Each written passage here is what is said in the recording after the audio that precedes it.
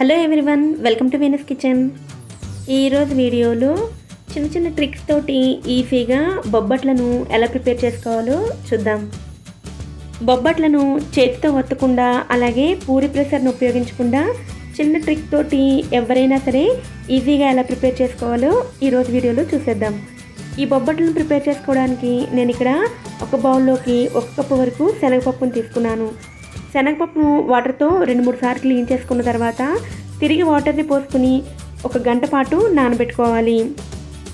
బొబ్బట్ల పైన ఉండే తోపు కోసం మరొక బౌల్లోకి 1 కప్పు మైదా పిండిని తీసుకోవాలి.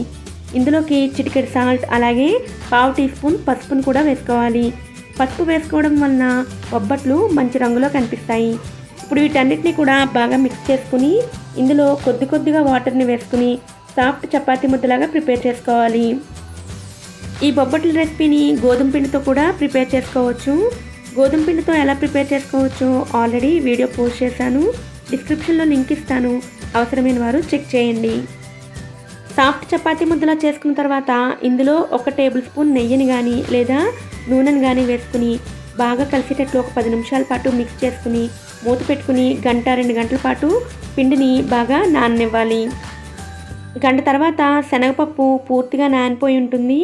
ఇప్పుడు మళ్ళీ క్లీన్ చేసుకుని ఎక్స్ట్రా వాటర్ని తీసేసుకుని కుక్కర్లోకి వేసుకోవాలి.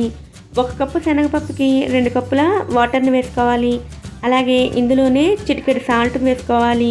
1/2 టీ స్పూన్ పసుపు, 1 టీ స్పూన్ నెయ్యిని కూడా వేసుకుని మూత పెట్టుకుని 4-5 విజిల్స్ వచ్చేంత వరకు శనగపప్పును ఉడికించుకోవాలి. 4-5 విజిల్స్ వచ్చి స్టీమ్ అంతా పోయిన తర్వాత శనగపప్పును చూసినట్లయితే ఇలా మెత్తగా ఉడికిపోయి ఉంటుంది. ఇప్పుడు ఈ శనగపప్పు నుండి వాటర్ని సెపరేట్ చేసుకోవడం కోసం స్ట్రైనర్లోకి వేసుకోవాలి. శనగపప్పు నుండి సెపరేట్ చేసుకున్న వాటర్ని రసంలోకి కానీ లేదా పప్పులోకి కానీ లేదా కర్రీస్లోకి కానీ ఉపయోగించుకోవచ్చు.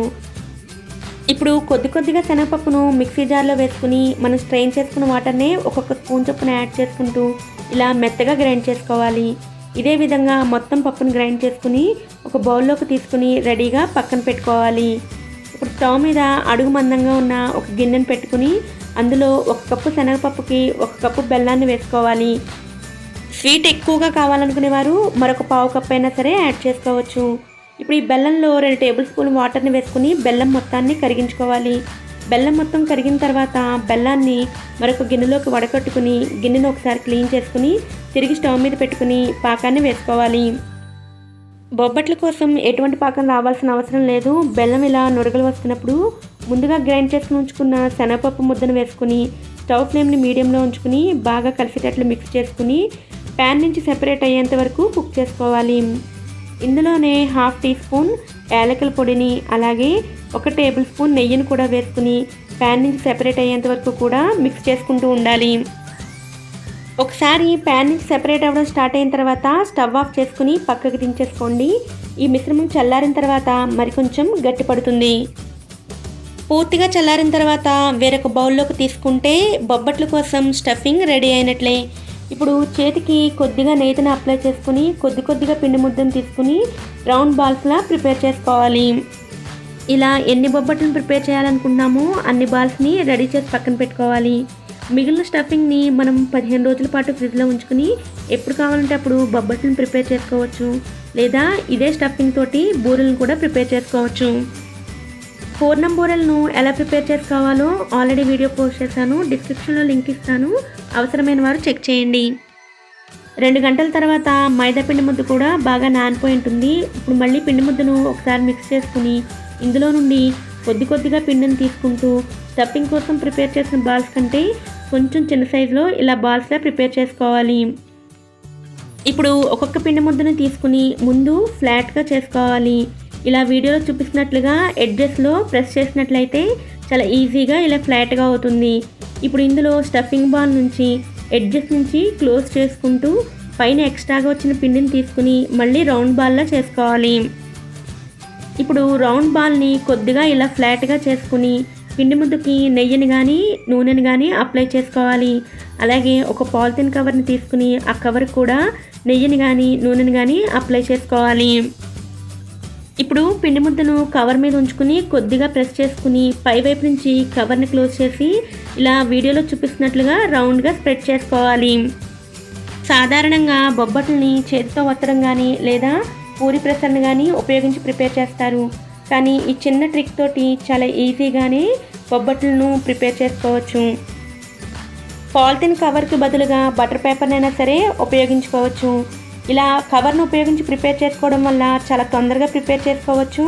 అలాగే మనం ఎంత పలుచగా కావాలంటే అంత పలుచగా కూడా ఈ బొబ్బట్లను ప్రిపేర్ చేసుకోవచ్చు. ఇలా కవర్తో ఒత్తుకునేటప్పుడు కవర్ పై భాగంలోనే మాత్రం కాకుండా రివర్స్లో ఉంచుకుని వెనక వైపు భాగంలో కూడా ఒత్తుకున్నట్లయితే లోపల స్టఫింగ్ అలాగే పైన తోపు కూడా మొత్తం అంతా బొబ్బట్టుకి ఈవెన్గా వస్తుంది. ఇలా ప్రిపేర్ చేసుకున్న ఈ బొబ్బట్లను స్టవ్ పెనం మీద వేసుకుని ఫ్రై చేసుకోవడమే. కవర్కి బదులుగా బటర్ పేపర్ను ఉపయోగించినట్లయితే బటర్ పేపర్తో సహా బొబ్బట్టును తవా మీద వేసుకుని తర్వాత బటర్ పేపర్ని తీసుకోవచ్చు. ఈ బొబ్బట్లకు నెయ్యినైనా లేదా నూనెనైనా ఉపయోగించుకోవచ్చు. నేతి బొబ్బట్లను ప్రిపేర్ చేసుకోవాలనుకుంటే నేతితోటి లేదా నూనెతో కూడా ప్రిపేర్ చేసుకోవచ్చు. ఈ పద్ధతిలో కనుక బొబ్బట్లను ప్రిపేర్ చేసినట్లయితే మనకి ఎక్కువగా టైం పట్టదు. చాలా ఈజీగా తక్కువ టైంలోనే ఎక్కువ బొబ్బట్లను ప్రిపేర్ చేసుకోవచ్చు. ఇలా ప్రిపేర్ చేసిన ఈ బొబ్బట్లు కూడా 4-5 రోజుల వరకు ఫ్రెష్గా ఉంటాయి. అలాగే మీకు ఎప్పుడు కావాలంటే అప్పుడు కొద్దిగా పిండిని తీసుకుని కూడా మీరు ప్రిపేర్ చేసుకోవచ్చు.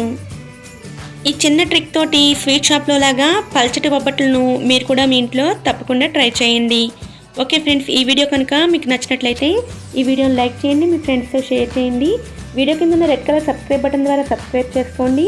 పక్కనే ఉన్న బెల్ ఐకాన్ కూడా యాక్టివేట్ చేసుకోండి. Thanks for watching.